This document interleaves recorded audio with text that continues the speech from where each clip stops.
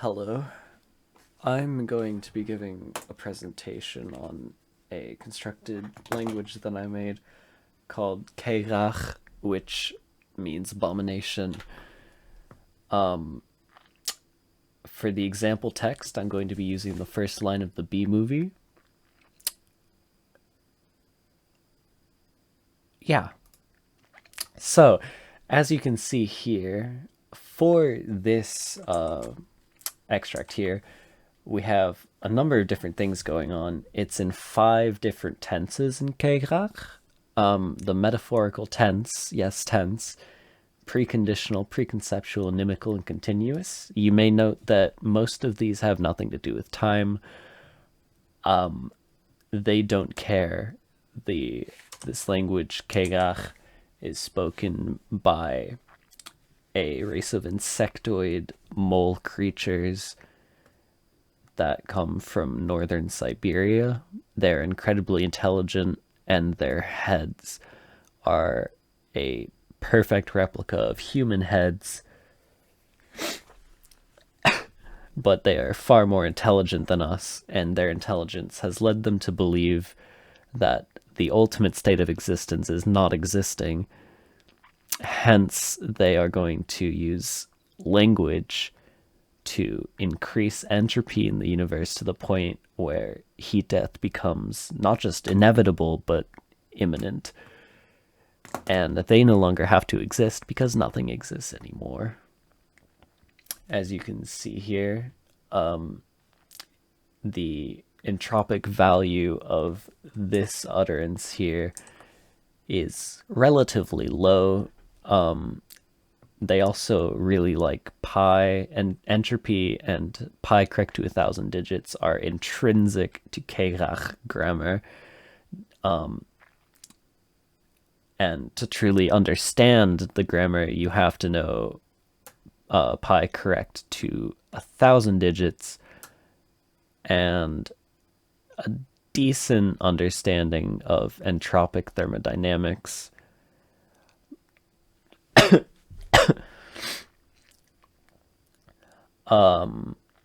And there are also infinite cases, grammatical cases in Keghakh, denoted by contextualization markers, which come at the start of every sentence.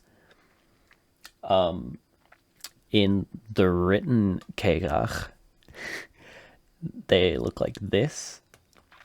In spoken Keghakh, the actual original speakers of this language can telepathically insert the image of whatever they're speaking about into the heads of their speech partner, and the actual language that they're using is totally redundant because they're telepathic, but they are still speaking the language just in order to increase entropy in the universe to the point where they don't have to exist anymore because their life is agony.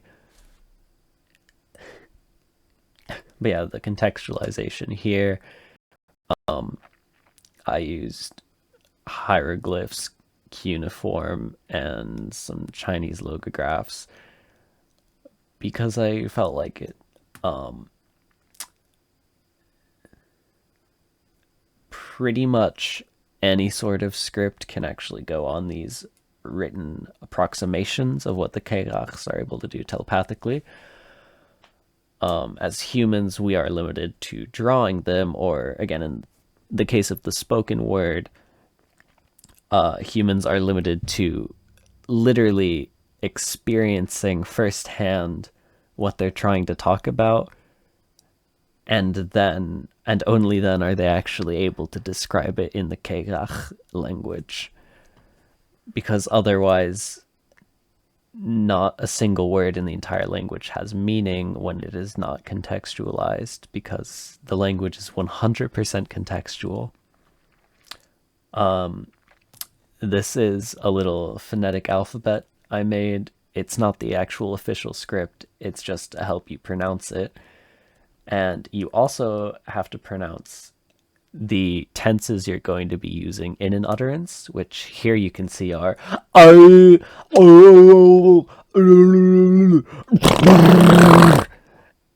And finally,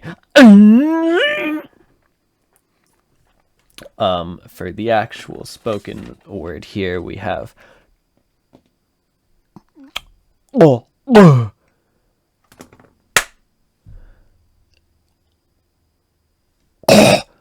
Oh, oh.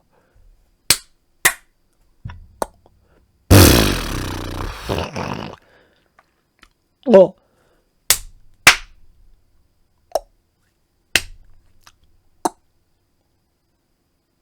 Oh, oh.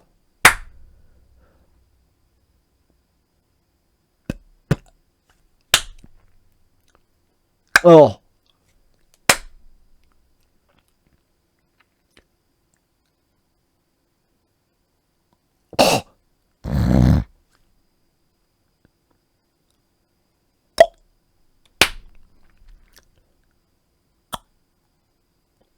Oh. Oh.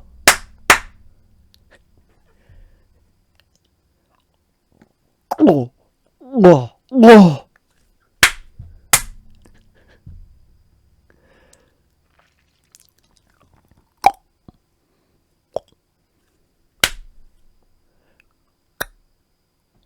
Oh. Oh.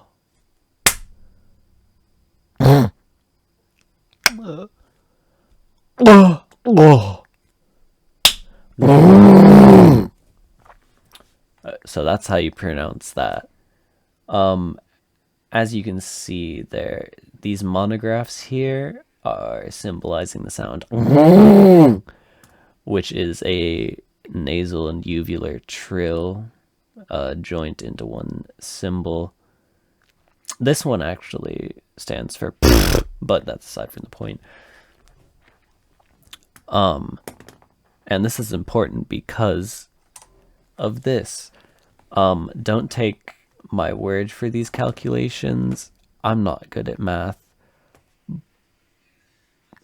I didn't do very well in math, but I tried my best.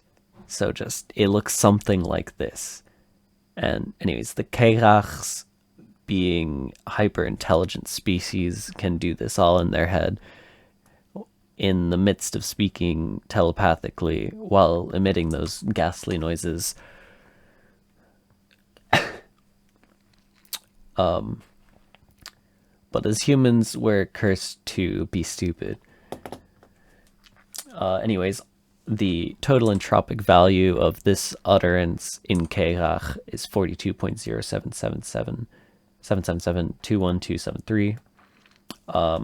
but then the tenses that you add at the start of the utterance also affect the final result, and all of these values change depending on what contextualization you use.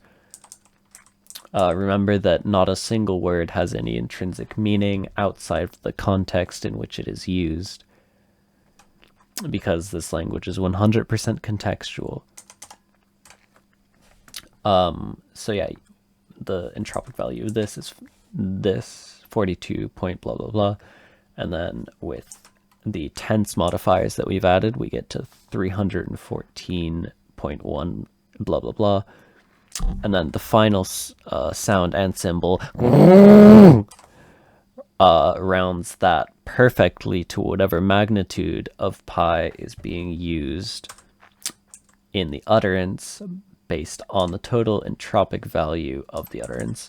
So here you can see it's pi times 10 to the power of 3, so it'll be 314.1 blah blah blah blah blah. The modifier we actually get from these tenses is about 7.466. Also, this is technically grammatically incorrect because the total change of entropy across the utterance has exceeded 314.1 blah blah blah.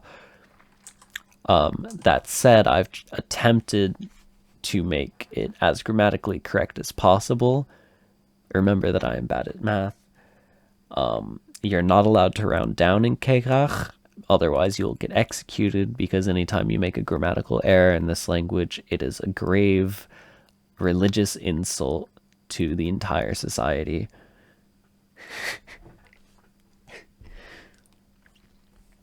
But you are allowed to round up because they are intelligent, but they're also lazy, as are we all. And the total increase overall has not exceeded 314.1 blah blah blah because we have rounded up. As for the writing system,